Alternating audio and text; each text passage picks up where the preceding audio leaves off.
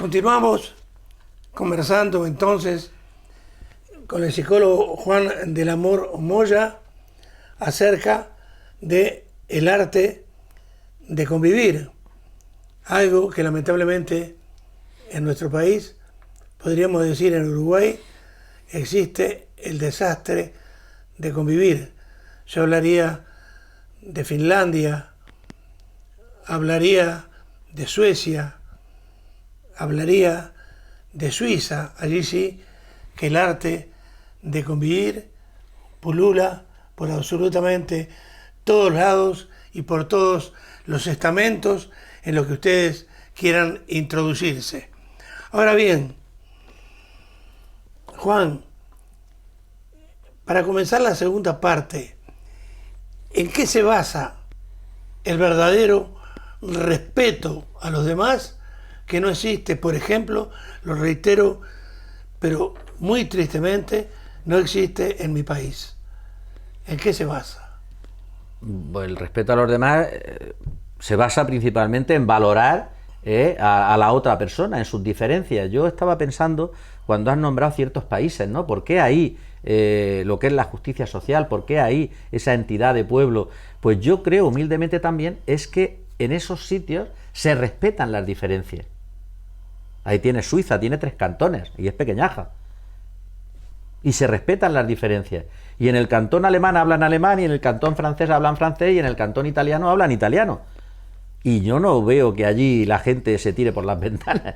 No, ¿verdad? Entonces, yo creo que ahí está la clave. Es decir, sociedades, personas que son capaces de admitir sin crítica, sin infravalorar las diferencias a todos los niveles, yo creo que ese país, ese pueblo, esa nación sale adelante. Esa gente es respetuosa, igual que en España, que somos diversos, vamos por los 4 costados, pues posiblemente hay quien piensa, yo no lo sé, el futuro, yo no soy vidente, pero hay escritos de gente que esto lo controla y que de ciertas instituciones económicas potentes, que realmente donde se tiende es a un Estado federal.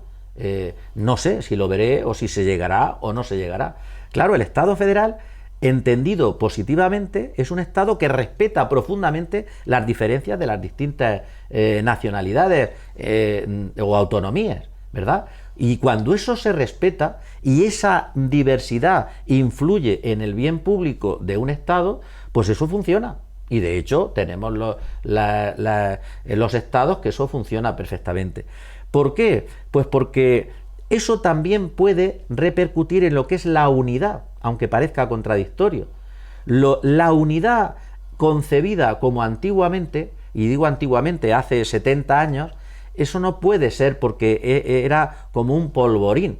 Es decir, teníamos que estar unidos por narices, o sea, a la fuerza, sí o sí. Y bueno, se puede estar unido por voluntad, porque se quiere, respetando, valorando y además fomentando las diferencias, se puede. Y eso sería perfectamente legítimo en España, incluso potenciando lo que es nuestra propia Constitución. Entonces, el respeto, creo yo, que sería partir de esa valoración de la diversidad. Eso a nivel general, pero a nivel individual es yo respeto si yo me respeto. A nivel psicológico, ¿verdad?, que es nuestra misión también en estas entrevistas, si yo soy capaz de respetarme, yo soy capaz de respetar al otro. Si yo me quiero, yo puedo aceptar al otro. Es decir, eso es más antiguo, bueno, en la misma Biblia también está, ¿verdad? O sea, ama al prójimo como a ti mismo. O sea, primero a ti, porque si tú no eres capaz de quererte, de valorarte, de apreciarte, de respetarte, no eres capaz de respetar a nadie, ¿verdad? Querrás imponer. Si tu educación ha sido en ese sentido sin respeto, tú no puedes, porque no lo has aprendido a respetar. Y eso se transforma también en las propias instituciones. Hay instituciones que se conforman con personas que no saben respetar y luego usan los mecanismos que tiene un Estado para hacerse valer, ¿verdad? Bueno, pues eso es lo que hay que distinguir, y contra esas instituciones también tiene que estar un Estado preparado para defenderse, porque no son instituciones o no son personas que sean capaces de respetar el bien común, el bien público del que hemos hablado. Porque si tú no tienes un sentido de lo público altruista, tú no respetarás a los demás. Es decir, el que tires, una simpleza, ¿no? Pero bueno, importante, un papel al suelo o algo que te sobra lo dejes caer, pues aparentemente no dice nada, aparentemente, pero sí está a nosotros transmitiéndonos que esa persona es incapaz de respetar. Y esa persona que es capaz de tirar un papel, esa persona que es capaz de no respetar pues el aire, el agua, la tierra, pues quiere decirse que esa persona no es digna de que la sociedad esté pendiente de ella. Todo lo contrario, tú tienes que aprender, la sociedad tiene que hacer aprender a esas personas y a las instituciones que no respetan el bien público. Eso por un lado. Y luego, posteriormente, entenderemos el respeto a las personas, que hay personas que no piensan como yo, y eso es cojonudo, eso es estupendo, y porque esa persona, si mañana dialogamos, y bueno, dialogamos me refiero que yo soy capaz de a ver qué me dice, qué le guía, por dónde va, pues en ese diálogo saldrá la riqueza, y yo también me voy a enriquecer, porque no estaré centrado en mis postulados, que son extraordinarios, pero que la sociedad no los admite. Por ejemplo, nosotros ya sabes que acabamos de salir de unas elecciones en España, tanto generales como autonómicas, como municipales, europeas y tal, y bueno, yo me voy a remitir, ya lo he dicho alguna vez, y bueno, ahora lo vuelvo a repetir porque es lo que yo he entendido. Está claro que en España el ciudadano no quiere hegemonías de nadie. Una de dos, o no les gusta a nadie, o no quiere que nadie sea hegemónico. Entonces lo que quiere, en esa diversidad de colores, es que los políticos, por un lado, hablen, que las instituciones se entiendan y que en ese entendimiento, en ese diálogo, esté por encima de todo el bien común, el bien de las personas. Y entonces yo creo que ahí tiene que salir la riqueza, que no son tus postulados, eso de programa, eso son, cosas sino... Sí, vamos a poner los programas, pero es mi programa y es tu programa y es el programa. Es decir, yo estoy seguro que por muchas diferencias que haya entre los partidos, si los programas fueran reales, es decir, si de verdad están hechos a conciencia, si ponemos los programas encima de la mesa, estoy seguro que hay cuestiones que son comunes al beneficio de los ciudadanos. Y a partir de ahí construimos. ¿Qué es lo que pasa? Que entonces también puede salir la boina de calada, de decir, bueno, sí es verdad, pero yo no me quiero ver en este carro, porque entonces aquí, ¿qué van a decir de mí, no?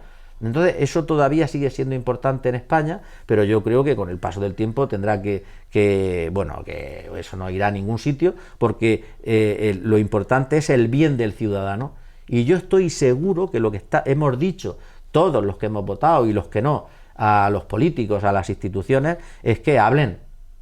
Pero no hablar por hablar, que eso es algo, no, eso está al bar, sino que hablen en base a un objetivo común, y el objetivo común es dónde está España en este momento, qué cuestiones son las que realmente hacen falta para que vayamos evolucionando y qué es lo que beneficia a la mayor parte de ciudadanos. Y eso es lo que yo creo que se tienen que poner de acuerdo. Eso entenderíamos que es el bien común, independientemente de la política, que yo creo que es donde realmente vamos a atender. Está claro porque el ciudadano lo ha dicho. Si no lo entienden los políticos, pues quien no lo entiende, en las siguientes se lo hacen entender, ¿verdad? Entonces, en este momento, yo creo para mí que es positivo los resultados. ¿Por qué? Porque nos están diciendo que no queremos... ya cuestiones de cada uno, si yo quiero ser el líder de la oposición, eso son cuestiones más personalistas, pero que también se pagan. Yo creo que el ciudadano de eso pasa, lo que quiere es simplemente que se trabaje y en beneficio del bien común, eso es lo que se quiere. Ahora, Juan, estoy en un callejón sin salida desde hace muchísimos años en lo que se refiere en cómo criar a los hijos con respecto, enseñarles el respeto a los demás. Te digo esto porque en el año 1973 los militares uruguayos al ver que la policía no podía hacer ya más nada contra el movimiento de liberación nacional Tupamaros, los militares resolvieron entrar a resolver el problema, que lo resolvieron en pocos meses. Entonces se le llamó dictadura militar, porque los militares tuvieron que nombrar un presidente, que fue Bordaberry, provisional, hasta que las aguas volvieran a sus cauces, que ellos eliminaran a los Tupamaros y hacer elecciones generales democráticas. Pero entonces, ¿qué pasó? Hasta el día de hoy, aquellos que formaban parte del movimiento de liberación nacional, que fueron presos, que no fueron presos, que tuvieron hijos, que tuvieron nietos, que ya tuvieron bisnietos, han criado a sus hijos en el odio a los militares. ¿Por qué? Por ejemplo, un teniente coronel, amigo mío, en Uruguay, se extrañarán de lo que yo digo, Nino Gabazo. Lo llamaron como el mayor torturador que se haya conocido en el Río de la Plata. Pero lógico, ¿qué pasaba? Los militares querían saber quiénes eran los Tupamaros. Le habían matado a familiares, le habían matado a amigos. Entonces, para tirarles de la lengua y saber quiénes realmente habían sido los culpables, tuvieron que torturar. Lo hicieron, como hicieron los Tupamaros cuando querían tomar el poder y mataban gente. Entonces, esos padres, te reitero, esos abuelos, han criado a sus hijos, a sus nietos, en el respeto a los demás y en el irrespeto a todo lo que suene o todo lo que huela a militar. Entonces, por eso yo te pregunto, y es en el callejón sin salida en el que yo estoy desde hace muchos años, ¿cómo debe hacer el ser humano, el padre, la madre, el abuelo, para enseñar a sus hijos, a sus nietos, el respeto a los demás? Bueno, hay situaciones globales y generales que se pueden hablar tranquilamente y otras muy particulares como la que tú has comentado y que tampoco somos tan ajenos aquí en España. Bueno, es muy difícil, muy difícil. Enajenarse de la emocionalidad, eso es muy difícil. Enajenarse de los sentimientos es muy difícil, muy complicado. Para eso se requiere una generosidad tal que, bueno, hay que buscarla con pinzas.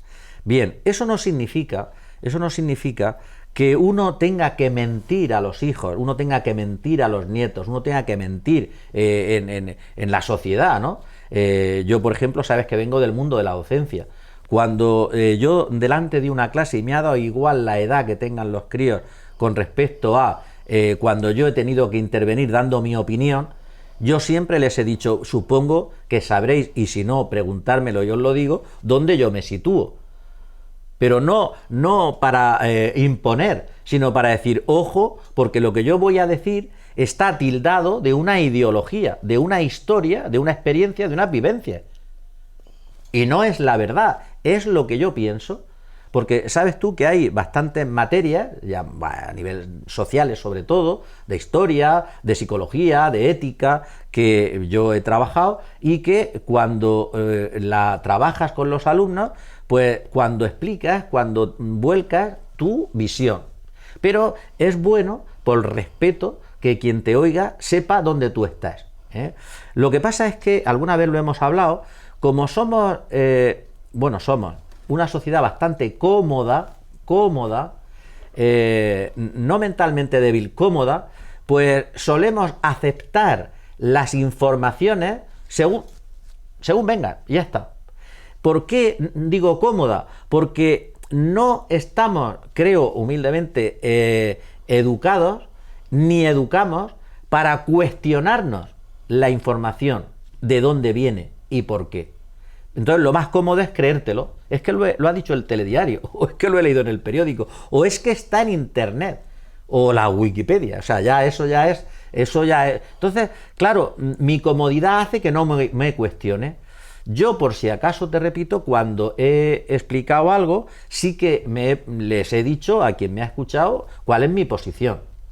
Repito, no para imponer, sino simplemente para compartir y que se sepa que es un punto de vista. y que, bueno, estoy dispuesto sin ningún problema a escuchar otros puntos de vista. Entonces, ¿qué es lo que pasa aquí?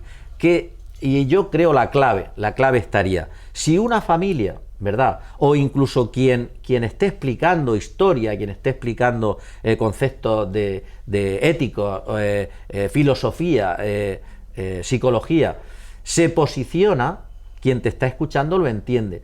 Pero la posición, independientemente vaya cargada de emocionalidad, vaya cargada de sentimientos, la clave, según mi criterio, que tampoco haría falta ser extraordinario, sería no volcarte de resentimiento.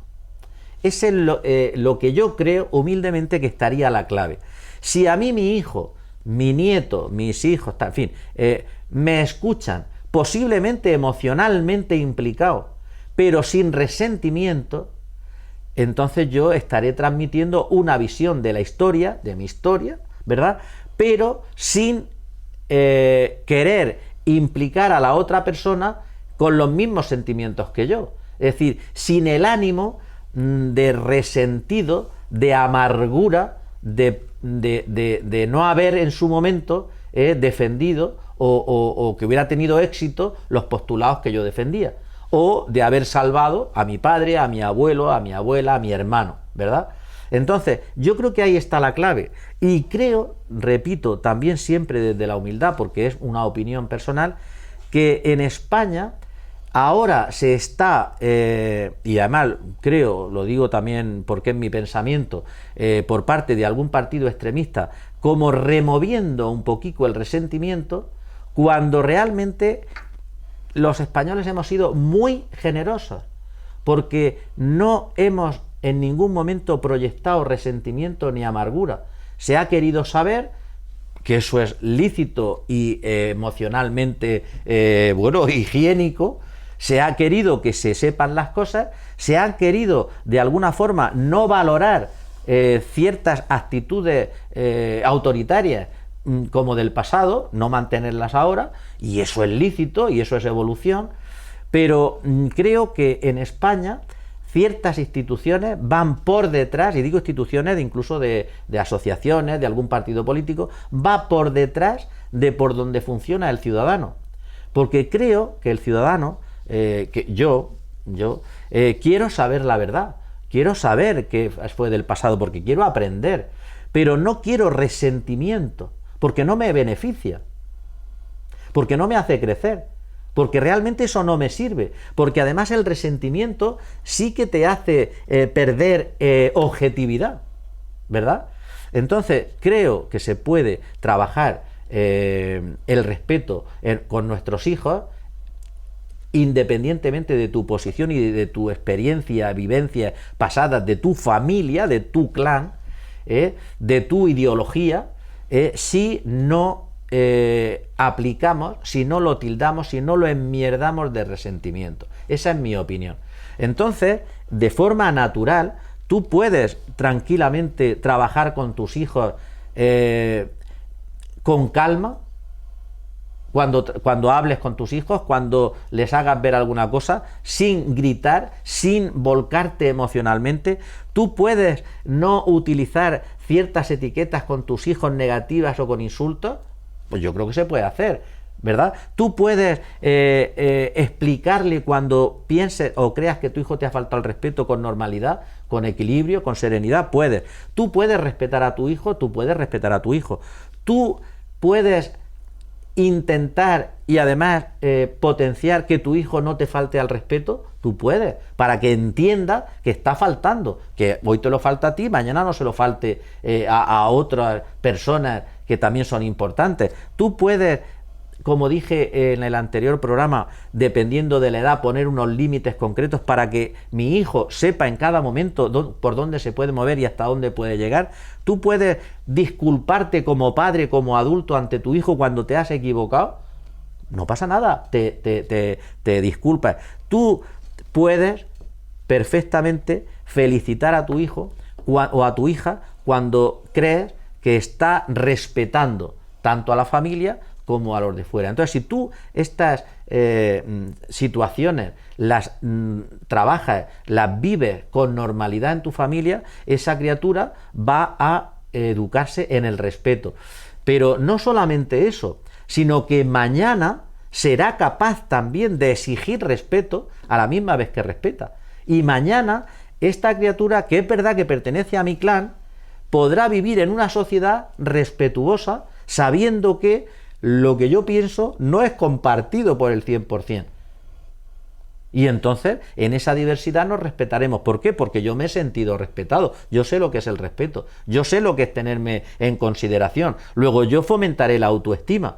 Sin embargo, si yo a mi hijo le hablo con resentimiento y de un color, simbólicamente aterrizar, monocolor, pues claro, él entenderá que fuera de ahí no existe. Lo que existe es falso. Lo que existe va en contra de la humanidad, porque no soy capaz de ver otra cosa. Mi mente no me da, porque no me han enseñado.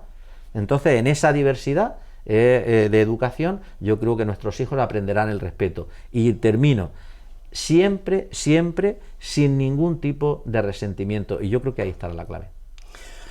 Ahora, Juan, se me ocurre preguntarte si son injustas todas, absolutamente todas, las desigualdades, tanto personales como sociales.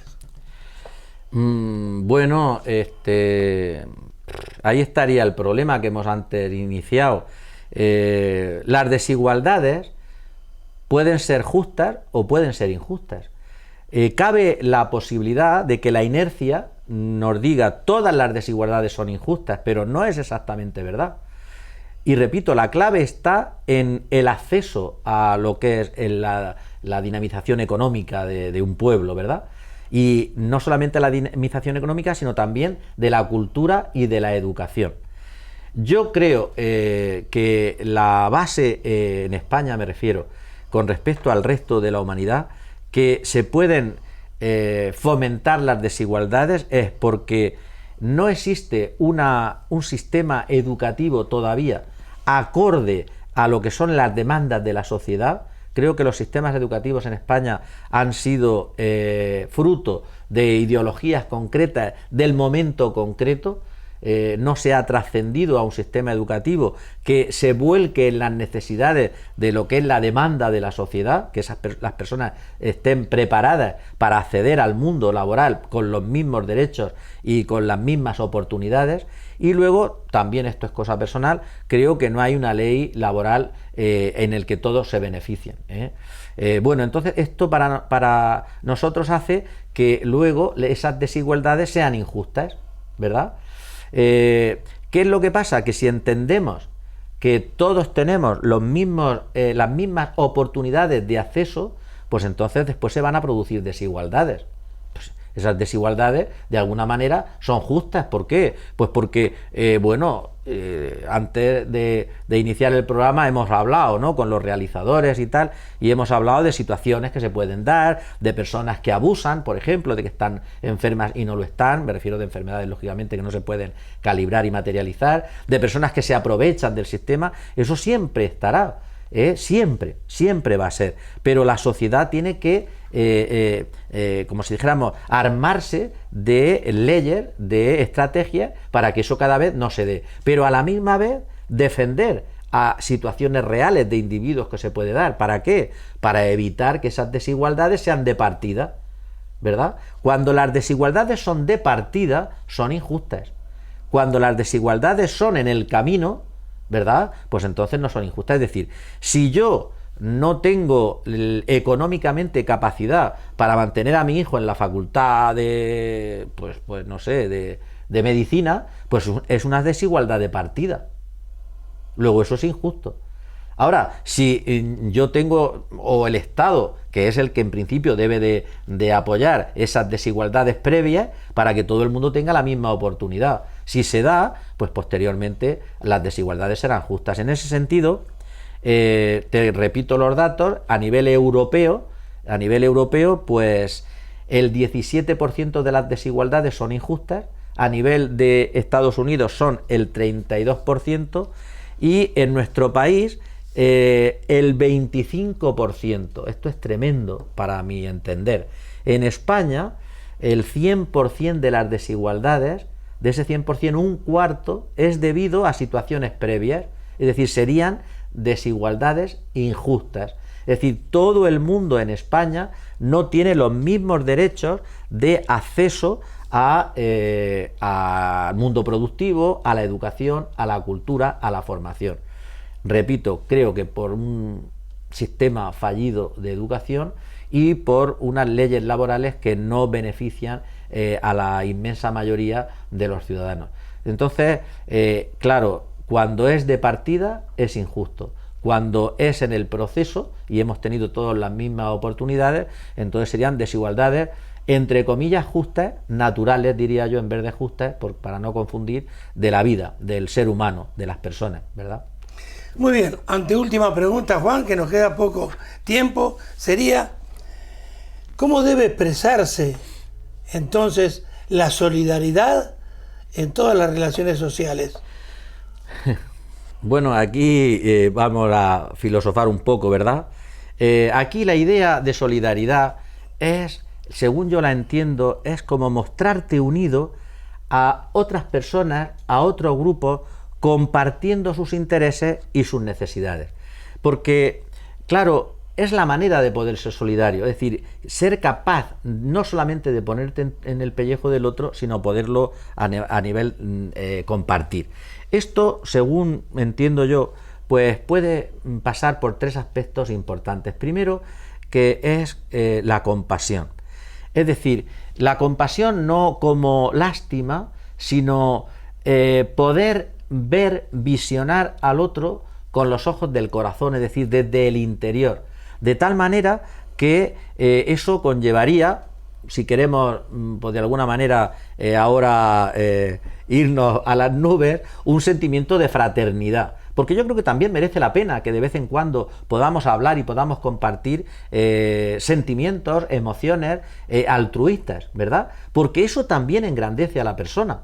No es solamente un campo exclusivo de las religiones, también es un campo de la persona. No tiene por qué ser una persona religiosa, no tiene por qué ser una persona creyente, que si lo es, estupendo, sino que desde el hecho de ser persona uno pueda tener esa compasión, es decir, poder mirar con los ojos del corazón, poder confraternizar. Si eres capaz de eso, si eres capaz de reconocer, lógicamente, que no solamente por compasión ya se estimula la solidaridad, se puede tener compasión y no tener solidaridad, pero si tú tienes compasión y reconoces la dignidad de la otra persona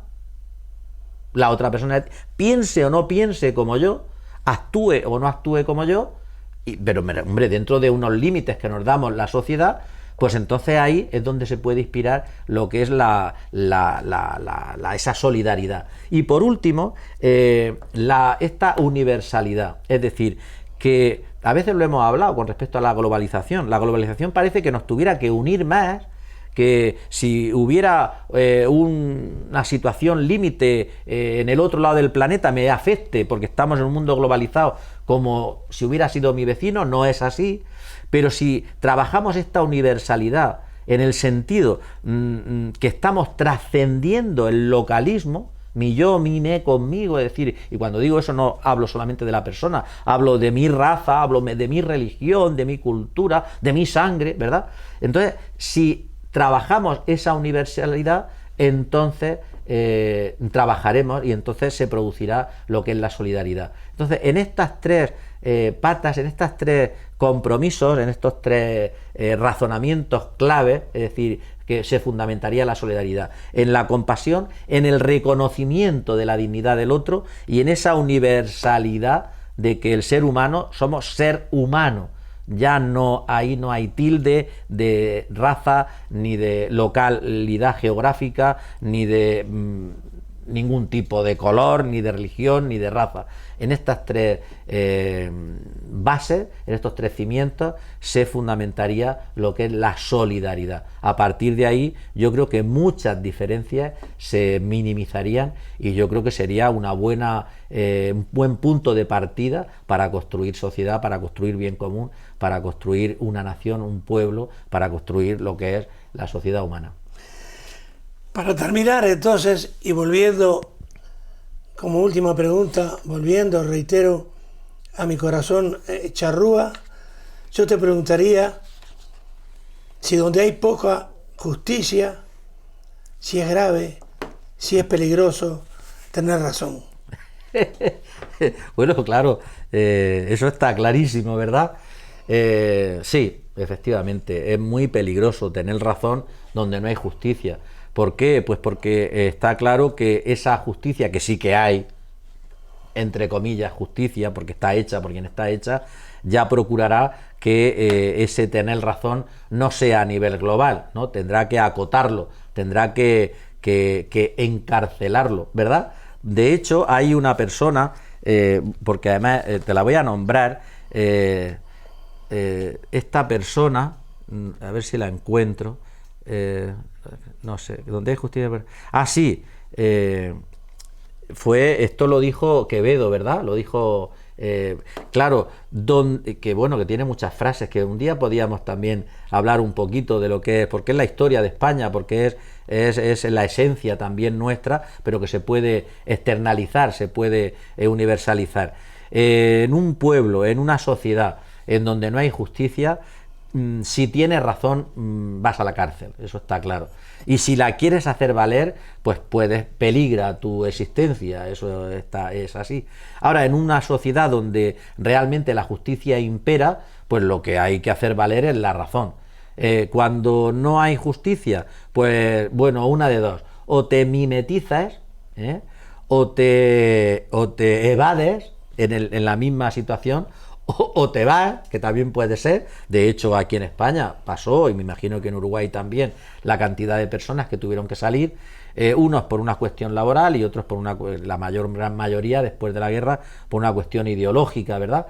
O otra situación que se ha dado en la historia y todavía se sigue dando es imponerte por la fuerza. ¿Por qué? Pues porque entienden en principio que no hay justicia. El problema es que no hay observadores, es decir, ahí en Uruguay no hay observadores, me refiero con autoridad, que sean capaces, y eso es muy difícil, porque ¿quién se erige de observador? ¿Quién se erige de autoridad? ¿Verdad? Eso es muy complicado. Ahí está el libre albedrío de los pueblos de que solucionen sus diferencias, de que solucionen sus desavenencias, ¿verdad? Aquí en Europa, pues sí, está la Unión Europea, ¿verdad? Ahora lo estamos viendo en lo estamos viendo en esta situación que se ha producido después de las elecciones, que hay quien va a Europa a preguntar y a que ciertos líderes europeos se manifiesten para que ciertas coaliciones no se den o se dejen de dar. Bueno, pero sí es cierto que hoy estamos más universales, que el mundo puede ser de testigo y que hay instituciones que en principio debieran de valer para eso, como es la ONU, las Naciones Unidas, para cuando hay desavenencias, antes de llegar, lógicamente, a las manos, a las armas.